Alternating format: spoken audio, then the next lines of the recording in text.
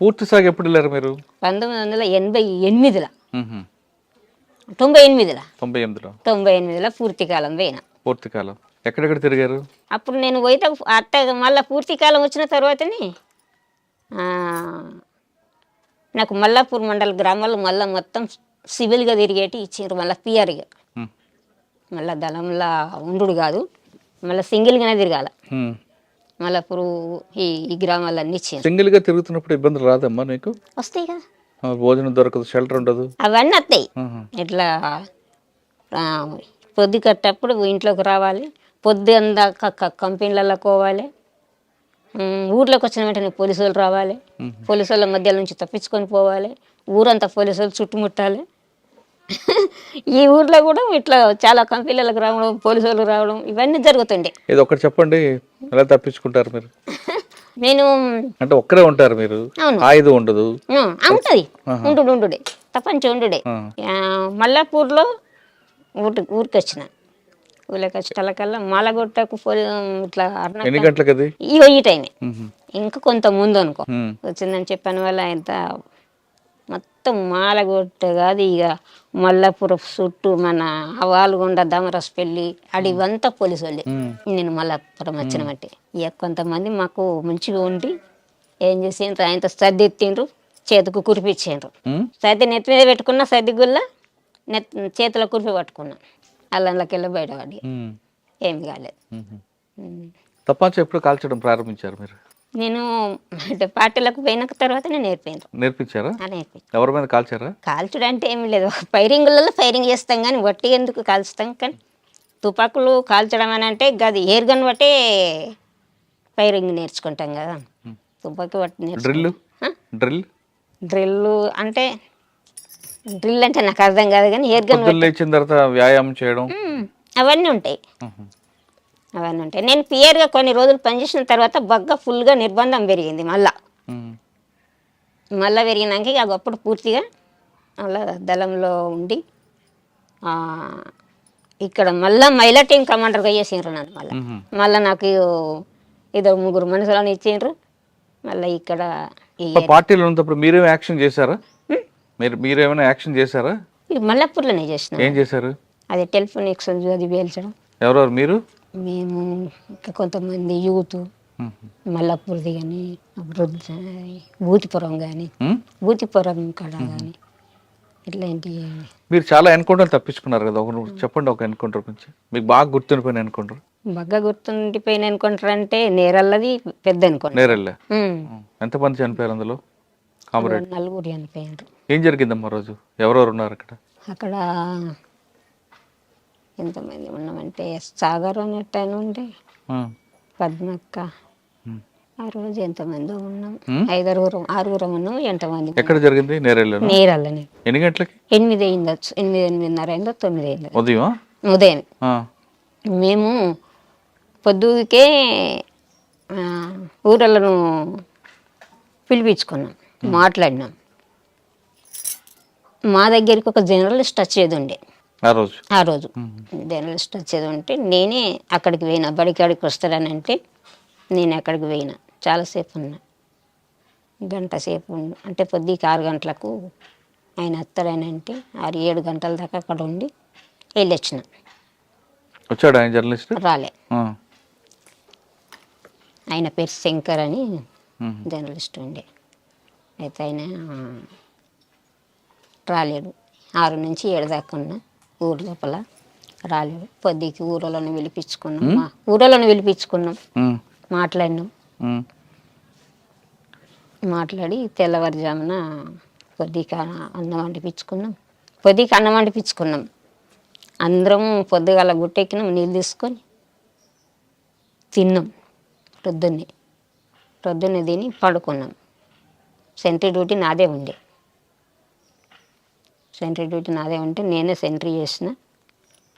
మళ్ళీ తర్వాత నా సెంట్రీ అయిపోయిన తర్వాత ఇంకొక ఆయనది సెంట్రీ ఉండే. ఆయన నా పక్క పొంటే ఉన్నాడు. ఇంకొక ఆమె రాసుకుంటున్నది. వీళ్ళేమో నిద్రపోయిండ్రు. లక్ష్మణ్ సెంట్రీ డ్యూటీ నీదే ఎక్కువ అని చెప్పాను. ఇక అన్నమల్ల అయినా సెంట్రీ ఎక్కిండు. ఆయన సెంటర్ ఎక్కిన వల్ల ఈమె లేచింది, ఇంకొక ఆమె లేచింది, ఇంకొక ఆమె లేచి బయటకు పోయి వచ్చింది.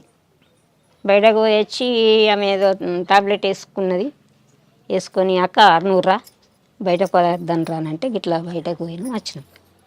బయటకు పోయి వచ్చినప్పుడు ఏమీ లేదు అసలు. వచ్చి కూర్చుండి మళ్ళీ రాసుకుంటున్నాం మేమిద్దరమే రాసుకుంటున్నాం. రాసుకునే టైంలోనే ఈ సెంట్రీ ఆయన ఏం చేసిండంటే అక్క ఏమో సప్పుడు వినబడుతుందని అన్నాడు. అని అన్న వల్ల ఏం సప్పుడు అని చెప్పాను. మేము తుపాకీ పట్టుకొని చూసినాం. చూసేటలకల్లా లేచి చూసేటలకల్లా వాళ్ళు ఫైరింగ్ ఓపెన్ చేయని చేసిండ్రు.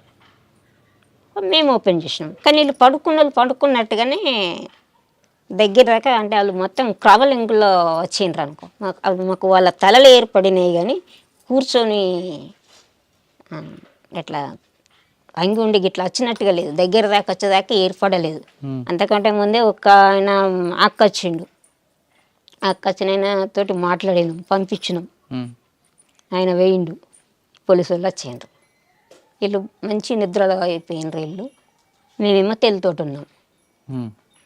ఇవాళ పటాపట్ 3 దిశల నుంచి ఓపెన్ చేసిండ్రు. మేము తెలతోటే ఉన్నాం కనుక మేము ఓపెన్ చేసినాం. అప్పుడు మేము ఓపెన్ చేసి కొట్టుకుంటా మేము వచ్చినాం.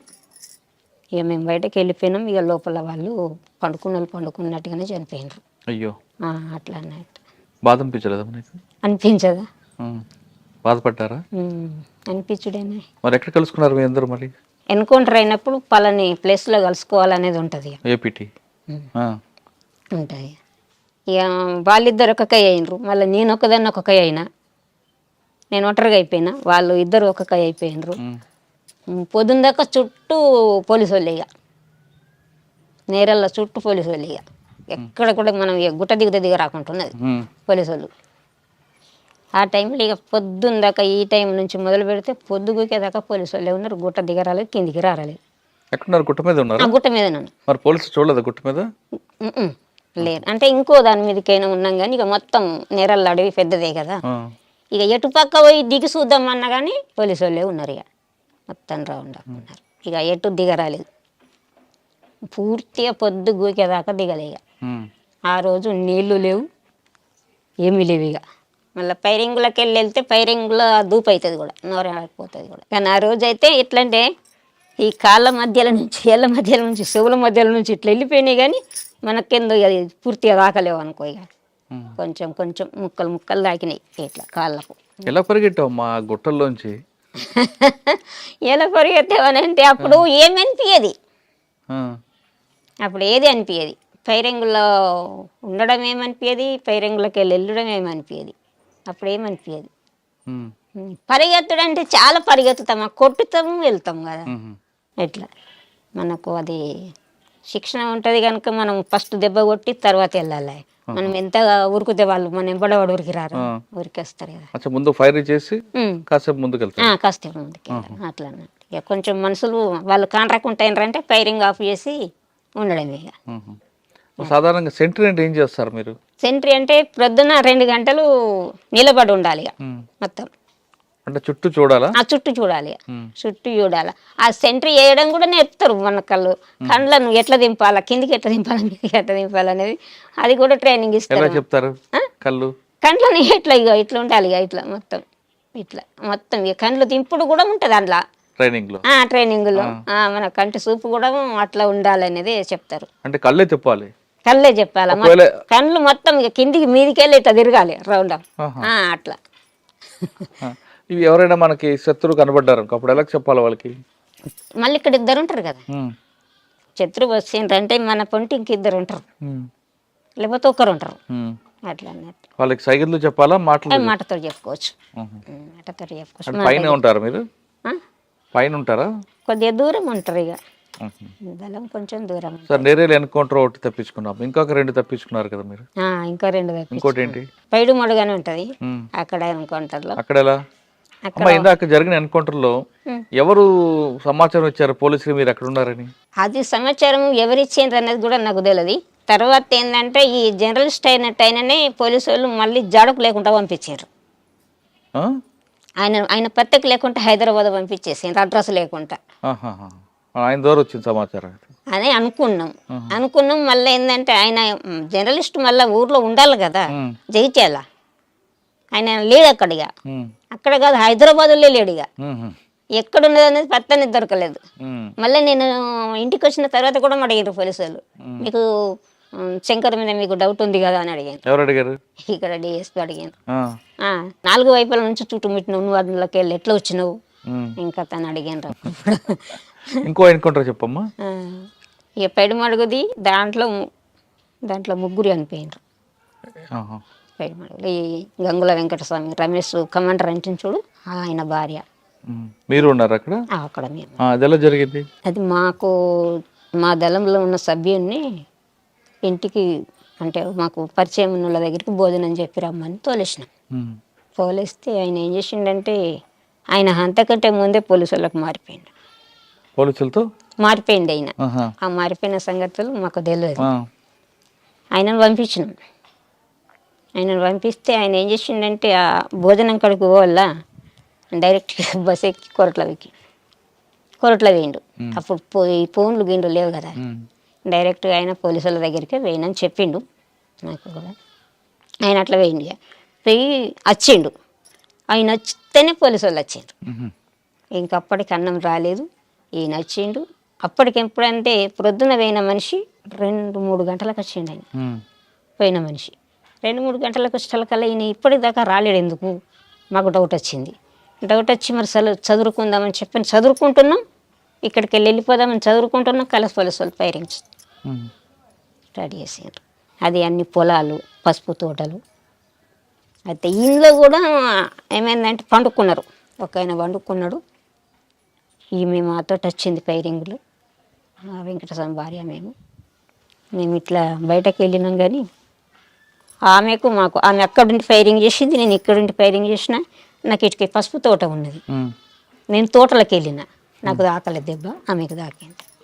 అయ్యో, నా పక్క పంటే ఉన్నది, ఆమెకు తోట తాకింది, ఆమె చనిపోయింది. నేనేం పసుపు తోటలో నుంచి బయట చేసుకుంటా నేను బయట అట్లా